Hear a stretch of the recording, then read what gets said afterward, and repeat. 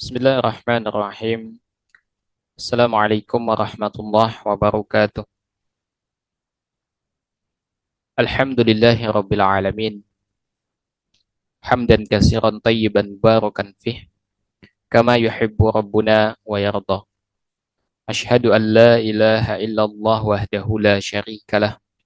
Wa ashhadu anna Muhammadan abduhu wa rasuluh. Allahumma salli wa sallim wa barik ala Muhammadin wa ala alihi wa ashabihi ajma'in. Amma ba'd. Alhamdulillahi rabbil alamin. Tiada hentinya kita memuji Allah Subhanahu wa taala atas segala nikmat yang dilimpahkan kepada kita.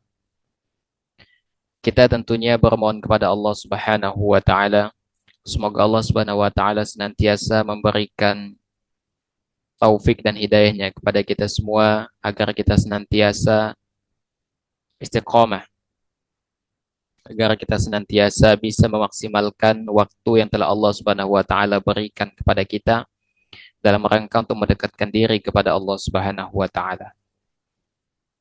Karena tidak ada kenikmatan yang lebih besar daripada kenikmatan Allah Subhanahu wa taala berikan kepada kita taufik dan hidayahnya. Itu adalah kenikmatan yang besar yang mesti kita syukuri, hadirin.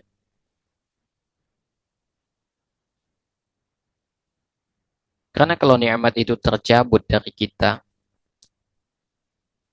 maka kita akan celaka di dunia maupun di akhirat.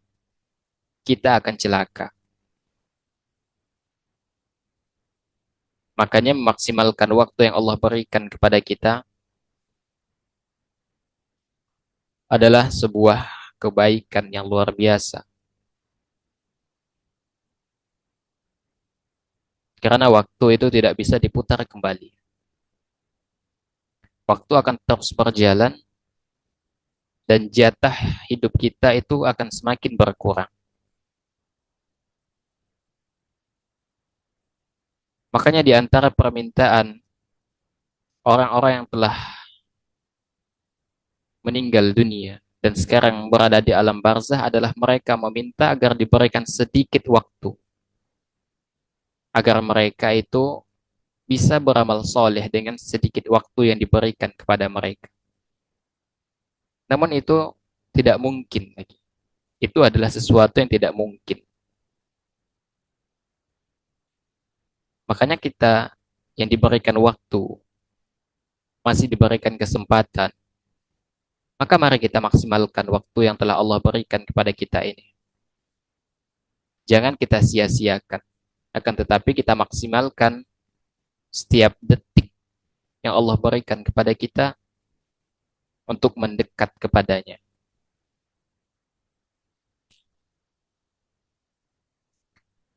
Hadirin sekalian, insya Allah pada kesempatan ini kita akan kembali melanjutkan pembahasan kita dari ensiklopedia larangan dalam syariat perbuatan haram.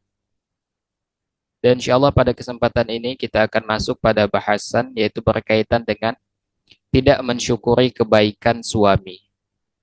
Tidak mensyukuri kebaikan suami. Jadi setiap istri itu mesti mensyukuri kebaikan suaminya. Sekecil apapun itu, maka seorang istri itu memiliki kewajiban untuk mensyukuri nikmat tersebut.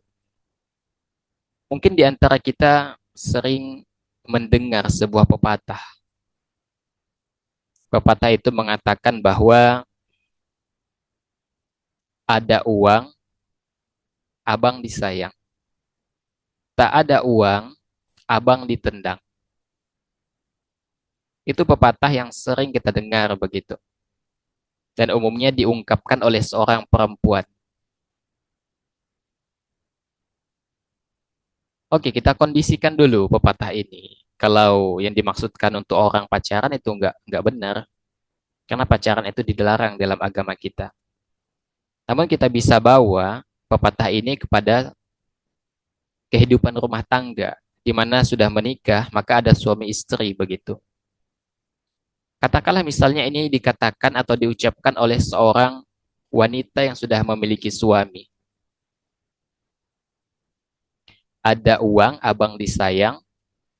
Tak ada uang, abang ditendang.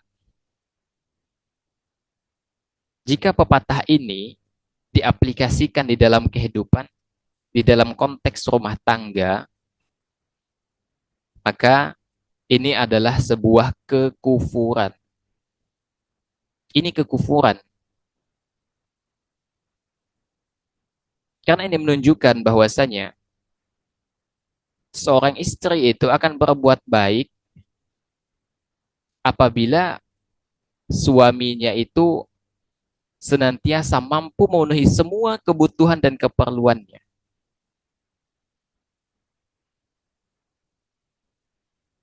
Dan ketika suami tidak mampu, bukan tidak mampu karena malas bekerja, bisa jadi karena pendapatannya berkurang pada hari-hari tertentu dan berbeda dengan hari biasanya, akhirnya sang istri kemudian menuntut ini dan itu agar diberikan hal yang serupa sebagaimana yang sebelumnya di saat suaminya memiliki pendapat yang besar begitu. Bukan karena malas bekerja ya, ini beda konteksnya. Maka ketika suaminya punya uang banyak, disayang, disanjung, tapi ketika pendapatannya semakin kurang, otomatis nafkahnya pun kurang, maka istri itu udah mulai itu bertingkah, sudah mulai mengangkat suara di depan suaminya. Maka ini adalah bentuk kekufuran. Karena ini menunjukkan bahwasanya ada sesuatu yang salah di situ. Mudah mengeluh. Jika antum merunut kisah Nabi Ismail alaihissalam, Nabi Ismail itu pernah mengganti istrinya, istri pertamanya karena istrinya itu sering mengeluh tentang suaminya, pendapatan kurang, nggak cukup segala macam, mengeluh semua. Dan itu atas permintaan Ibrahim. Jadi ketika itu ya, Nabi Ibrahim berkesempatan untuk menjenguk putranya Ismail alaihissalam. Istri Ismail ini tidak tahu ya gimana rupa wajahnya mertuanya Nabi Ibrahim alaihissalam. Ketika datang ya, ditanya mana Ismail, ditanya sedang sedang keluar gitu. Ditanya bagaimana kehidupan kalian, mengeluh ya. Kehidupannya mengeluh, mengeluh, semua yang disebutkannya itu keluhan. Maka Ibrahim menitipkan pesan, sampaikan nanti ke suamimu, tolong ganti palang pintu itu. Diganti gitu. Maka ketika itu, ya Ismail datang. Dan disampaikan apakah ada tamu, ada. Namanya siapa? Ibrahim. Apakah dia menitipkan pesan? Ternyata ada. Pesannya itu ganti palang pintu. Ismail menjelaskan yang dimaksud oleh ayahku adalah ya, ayahku memerintahkanku untuk menceraikanmu. Cerai.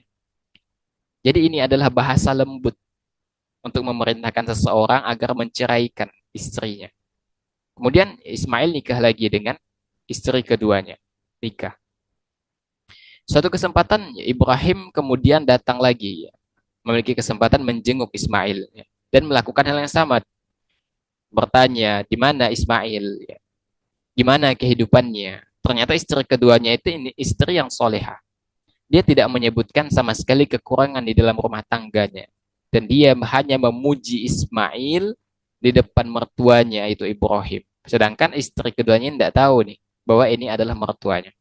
Lalu apa kata Ibrahim? Pesankan kepada suamimu Ismail, pertahankan palang pintu itu. Maksudnya adalah pertahankan istrinya. Maka hati-hati seorang istri. Ketika dia mulai mengeluh berkaitan dengan nafkah, ya, bukan karena suami pelit ya. Suaminya itu sudah berusaha semaksimal mungkin untuk memenuhi kebutuhan istrinya. Namun kita tahu yang mengatur rezeki itu Allah Subhanahu wa taala. Maka ya sebagai seorang istri ya janganlah terlalu banyak menuntut. jangan terlalu banyak menuntut. Jadi sesuaikan juga dengan kemampuan suami. Jangan sampai gaji suaminya 3 juta per bulan, minta Pajero misalnya. Ya nggak cukup lah bayar pajaknya gimana. Kemudian operasionalnya itu bukan murah, maka disesuaikan. Maka qanaah itu merupakan salah satu solusi ketika pendapatan suami itu tidak sesuai dengan yang diharapkan. Ya. Maka hati-hati dengan istilah ada uang abang disayang, tak ada uang abang ditendang, karena ini kekufuran. Ya. Hadirin sekalian, ketika Nabi alaihi salatu wasallam ya, dalam peristiwa Mi'raj beliau sallallahu alaihi wasallam, beliau alaihi salatu wasallam itu diperlihatkan neraka kepada beliau. Diperlihatkan neraka. Imam Muslim meriwayatkan dalam kitab sahihnya bahwasanya Rasul sallallahu alaihi wasallam bersabda, "Wa ra'aitu an-nara falam ara kal yaumi manzaran qattu wa ra'aitu aktsara ahlihan nisa." Qalu, "Bima ya Rasulullah?" Qal, "Bi kufrihinna." Qila, "Ayakfurna billah?" Qal, "Bi kufril ashiri wa bi kufril ihsani. Law ahsanta ila ihdahunna ad-dahra, thumma ra'at minka syai'a." Qalat, "Ma ra'aitu minka khairan qattu." Dan kulihat neraka, kata Nabi alaihi salatu wasallam. Dan aku tidak pernah melihat pemandangan seperti itu pada hari itu. Sebagian besar, kata Nabi SAW, penghuni neraka itu adalah wanita. Lalu ada yang bertanya kepada Nabi SAW, bagaimana bisa wahai Rasulullah? Lalu kata Nabi SAW, karena mereka itu kufur. Lalu ada yang bertanya kepada Nabi, apakah mereka kufur kepada Allah? Lalu kata Nabi SAW, bukan. Mereka itu kufur terhadap suami mereka. Dan mereka kufur terhadap kebaikannya. Ya. Jika kau berbuat baik kepada salah seorang di antara mereka selama setahun, kemudian dia melihat sedikit, ya, melihat satu keburukanmu, dia mengatakan apa? Ma ra'aitu minka khairan qattu. Aku tidak melihat sedikit pun kebaikan darimu. Ternyata di antara salah satu sebab kenapa mayoritas penghuni neraka itu adalah perempuan adalah karena perempuan itu tidak bersyukur kepada suaminya.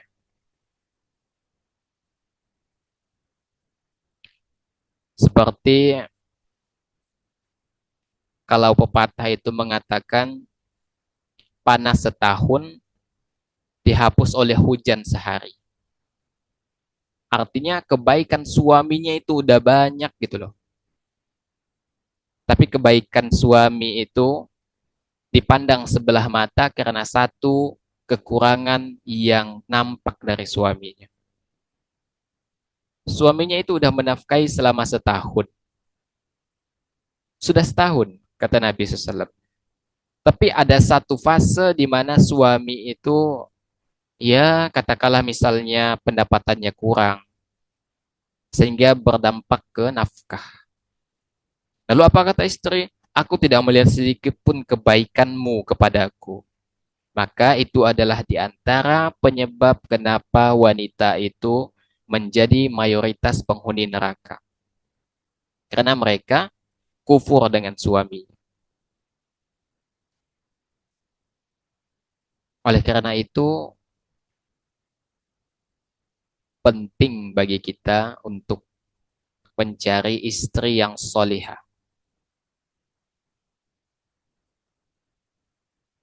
Oh enggak, saya mau yang cantik. Sah-sah saja kalau mau cari yang cantik. Tapi jangan lupakan sisi akhlaknya atau agamanya. Karena kalau cantik, namun akhlaknya buruk, maka rumah itu akan menjadi seperti neraka. Oleh karena itu, Kalau ingin mencari pasangan, jangan hanya melihat pada fisik, ya. Kalau ingin mencari pasangan itu jangan hanya melihat pada fisik, namun lihat juga agamanya, ya. Nah, itu adalah dalil yang dinukil oleh Syekh At-Tahlawi di dalam tulisannya.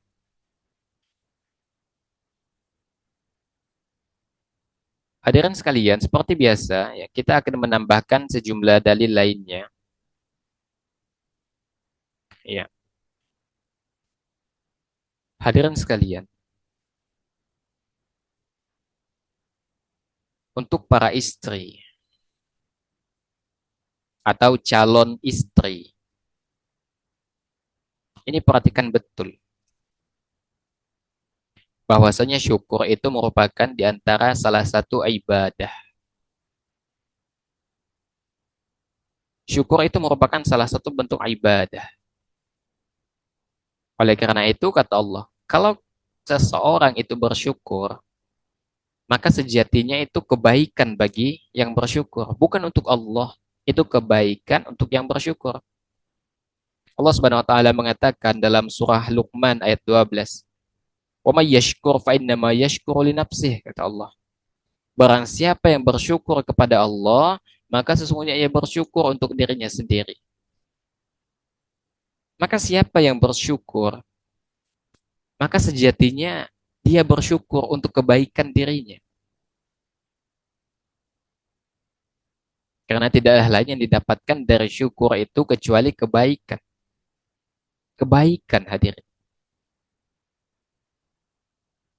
Oleh karena itu Ibnu Katsir rahimahullah mengatakan, barang siapa yang bersyukur, maka manfaat dan pahalanya itu akan kembali kepada dirinya sendiri.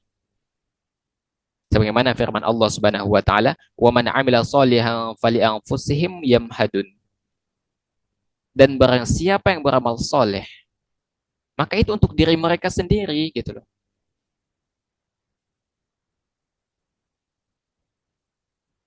Maka kalau misalnya kita mendawamkan syukur dalam kehidupan,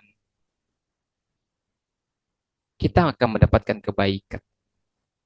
Hadirin sekalian, namun ada sebagian orang yang enggan untuk bersyukur. Di antaranya adalah istri yang kufur terhadap kebaikan suaminya. Dia nggak bersyukur dengan suaminya. Allah Subhanahu wa taala mengatakan, "Wa man kafara fa innallaha ghaniyyun hamid." Barang siapa yang tidak bersyukur, maka Allah itu maha kaya dan maha terpuji.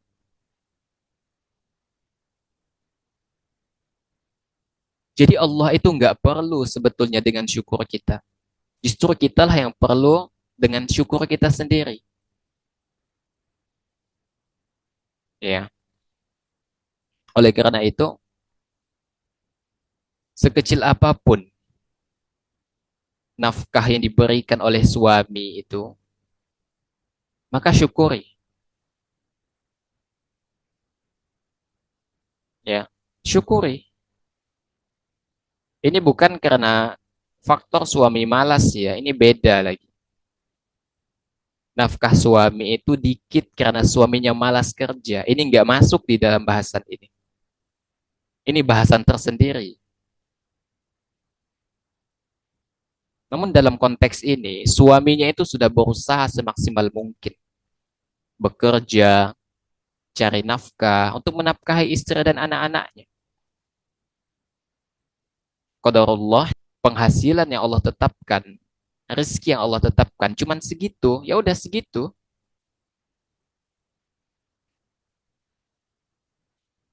Maka kata Allah, sekecil apapun nikmat, syukuri. Berapapun penghasilan suami untuk menghidupi seorang istri, syukuri.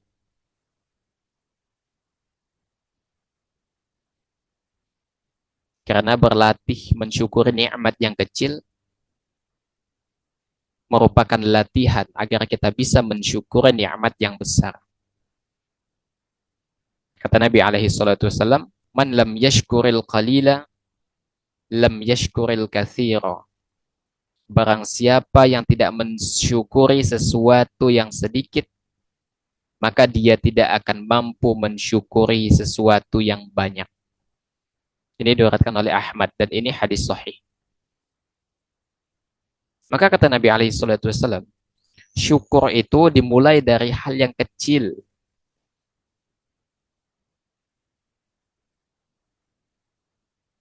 Dimulai dari hal yang kecil.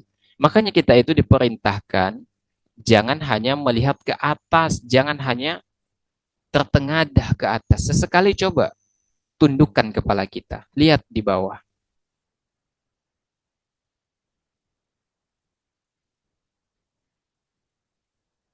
Agar kita bersyukur. Karena sesungguhnya nikmat yang Allah berikan kepada kita itu besar.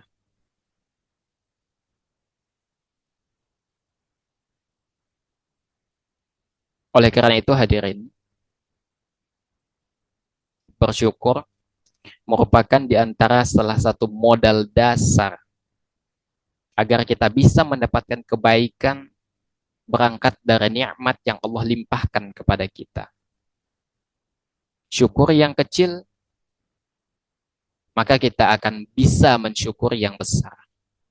Akan tetapi kalau kita tidak bisa mensyukur nikmat yang kecil, maka nikmat yang besar pun tidak akan bisa kita mensyukurinya. Ya. Bahkan lebih jauh lagi, dan ini mungkin bagian dari ancaman, dan ini masuk dalam ancaman bagi istri yang tidak mau bersyukur terhadap suaminya.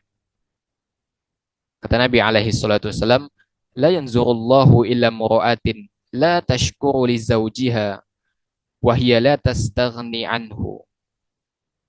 Kata Nabi alaihi salatu wasallam, Allah tidak akan melihat kepada seorang istri atau wanita yang tidak bersyukur kepada suaminya dan dia selalu menuntut karena tidak qanaah.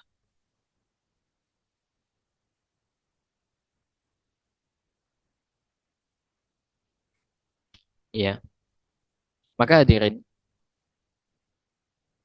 sebagai seorang istri,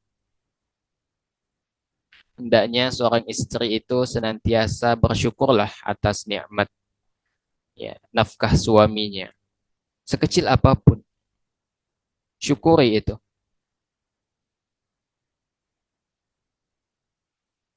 Dalam rangka apa? Untuk mendapatkan ridho Allah Subhanahu wa taala.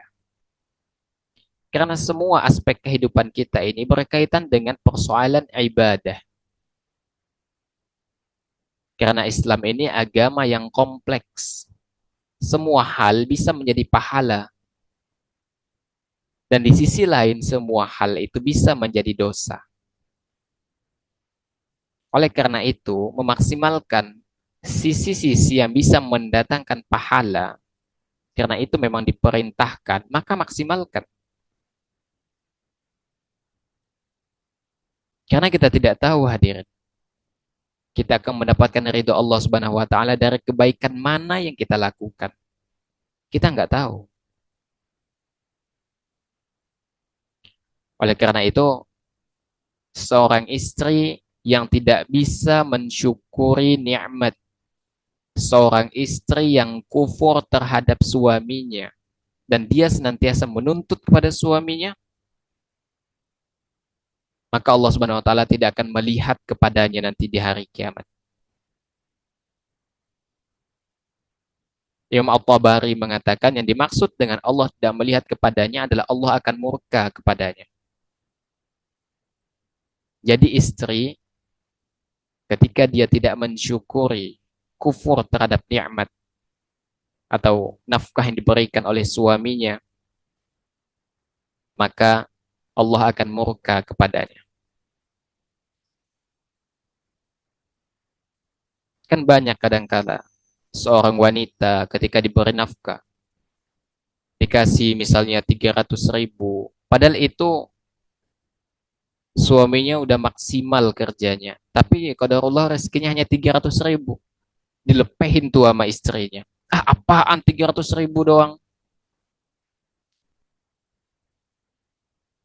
maka bersyukur dari yang kecil, maka ketika diberikan nikmat yang besar akan mudah bagi kita mensyukurinya.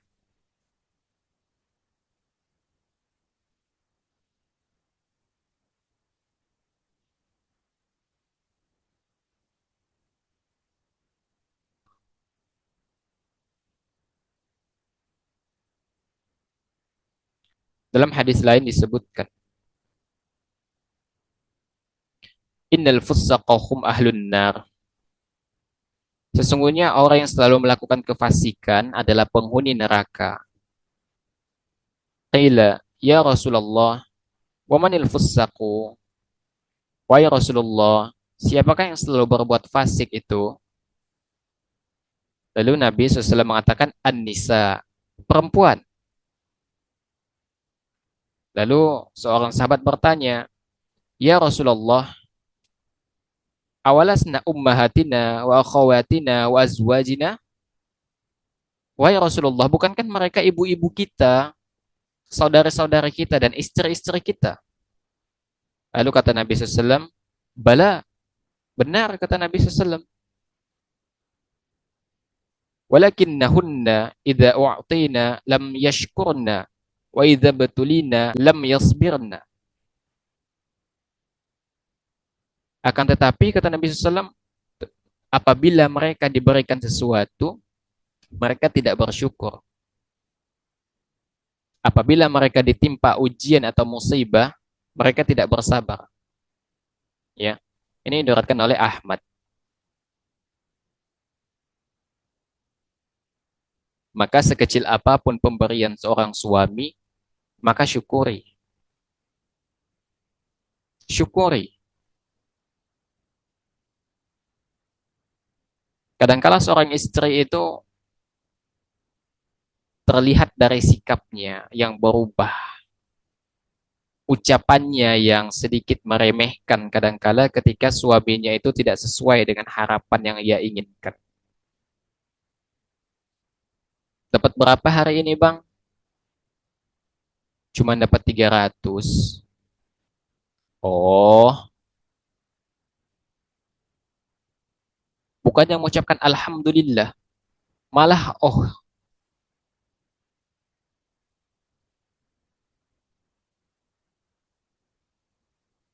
ini adalah bentuk tidak bersyukur atas nikmat meskipun tidak diungkapkan secara tegas. Kalau secara tegas kan, cuman segitu, tegas. Kali itu secara tegas. Tapi kalau secara tersirat, oh, bang, itu nggak cukup untuk kehidupan.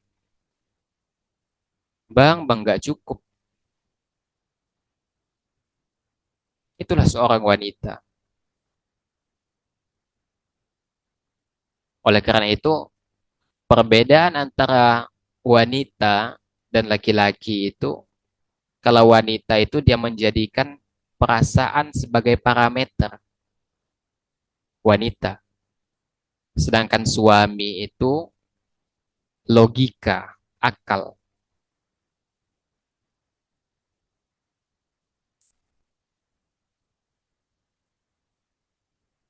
Iya. Hadirin sekalian, kemudian dari Abu Hurairah radhiyallahu anhu, dia mengatakan bahwasanya Rasul Shallallahu alaihi wasallam bersabda, "Idza shallatil mar'atu khumsaha wa shamat syahraha wa sanat farjaha wa ata'at ba'laha dakhalat min ayyi abwabil jannati sya'at." Jika seorang wanita itu konsisten melaksanakan sholat 5 waktu, melaksanakan puasa Ramadan, menjaga kemaluannya, dan taat kepada suaminya, maka dia akan masuk surga dari pintu mana saja yang ia kehendaki. Ini diriwayatkan oleh Ibnu Hibban. Dan ini hadis hasan. Maka ketika wanita itu dia laksanakan saja ibadah yang telah diperintahkan yang wajib-wajib, dan dia taat kepada suaminya, maka kata Allah apa? masuklah dari pintu mana saja yang ia kehendaki dari pintu-pintu surga. Tapi beda kalau dengan istri yang suaminya tidak bisa memenuhi kebutuhannya dari sisi nafkah. Kadangkala terlihat dari sikapnya yang mulai arogan, terlihat dari sikapnya yang udah mulai berubah, kata-katanya mulai pedes. Apalagi kalau penghasilannya lebih besar misal dari suami. Mulai itu. Biasanya. Karena tidak semua. Kalau udah mulai dia ngelunjak di hadapan suaminya, hati-hati hadirin. Hati-hati. Dan perlu kita ingat bahwasanya suami itu posisinya sebagai kepala rumah tangga. Suami itu posisinya kepala rumah tangga. Dan kata Nabi alaihi salatu wasallam, kalaulah manusia itu boleh sujud kepada sesamanya, maka akan aku perintahkan istri sujud kepada suaminya. Ini menunjukkan apa? Menunjukkan apa? Tingginya kedudukan suami. Karena suami adalah kepala rumah tangga. Suami adalah nahkoda. Selamat atau tidak selamatnya sebuah keluarga tergantung suami. Maka bagaimana kemudian kalau suaminya itu tidak dihargai karena nafkah yang tidak sesuai dengan keinginan? Maka ingat para istri, kalau pendapatan suami itu udah mulai berkurang, jangan mulai bertingkah. Atau lebih parahnya kalau sampai selingkuh. Dan itu banyak terjadi. Merasa suaminya sudah tidak mampu lagi secara finansial, selingkuh.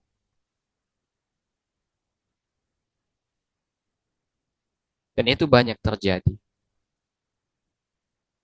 Maka wajar bahwa penghuni neraka yang mayoritas itu adalah wanita. Karena wanita itu mudah untuk kufur terhadap kenikmatan yang Allah berikan melalui suaminya. Mudah sekali. Oleh karena itu kita diperintahkan untuk mencari istri yang baik agamanya. Selain kita melihat dari segi fisik tentunya. Cari yang baik agamanya. Karena sebaik-baik perhiasan dunia adalah istri soleha. Istri soleha. Makanya kalau antum menikah, dapat istri solihah dan mapan dari segi fisik, maka antum sudah mendapatkan perhiasan dunia. Istri yang solihah. Perhiasan dunia. Maka kalau parameter seorang suami itu mencari istri, ingin mencari yang solehah, yakinlah wanita akan berlomba-lomba untuk menjadi wanita solehah. Di samping sang laki-laki pun ya ngaca juga. Mau cari pasangan yang soleh atau soleha tapi nggak ngaca. Ngaca lah dulu. Pantas gak kita dengan orang soleh? Pantas gak kita dengan orang yang soleha? Ngaca dulu lah. Karena orang soleh atau yang soleha, ketika mereka ingin mencari pasangan, mereka itu sudah punya standar sendiri lah. Makanya meskipun ada orang yang cantik, namun tidak menarik perhatian bagi yang soleh misalnya, berarti nggak masuk dalam standarnya orang soleh. Karena orang soleh itu punya standar dalam mencari pasangan. Jangankan orang soleh, orang kaya, orang pintar, itu punya standar. Bagaimana kemudian dengan orang soleh? Pasti punya standar, nggak mau sembarangan. Maka kalau ingin mendapatkan jodoh yang soleh, solehah, soleh dan solehkan diri kita dulu. Jadilah bagian dari orang soleh atau solehah. Jangan pengen, anak ingin ini, istri yang soleha. Kenapa?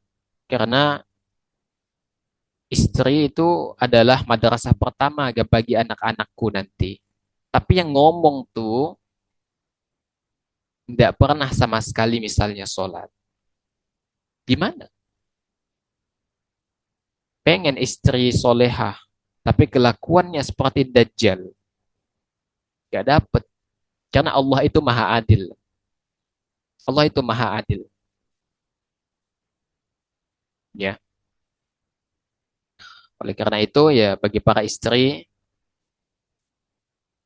hendaknya bersyukurlah terhadap kebaikan suami. Bersyukur terhadap kebaikan suami. Dan camkan dalam kehidupan, jangan sampai aku masuk ke dalam nerakanya Allah karena aku kufur dengan suamiku. Ya. Camkan itu, syukuri sekecil apapun nafkah yang diberikan oleh suami, bukan karena suami malas, bukan karena suaminya pelit, tapi memang suaminya sudah berikhtiar, namun rezekinya hanya segitu. Maka syukuri itu bagian dari ibadah kepada Allah Subhanahu wa taala. Semoga Allah Subhanahu wa taala senantiasa menjaga kita, senantiasa mengistiqomahkan kita di atas kebaikan agar kita senantiasa tunduk dan patuh terhadap semua perintah Allah Subhanahu wa taala. Benar datangnya dari Allah Subhanahu wa taala, yang keliru datangnya dari anak pribadi. Allah dan Rasulnya tentu terlepas dari kekeliruan itu.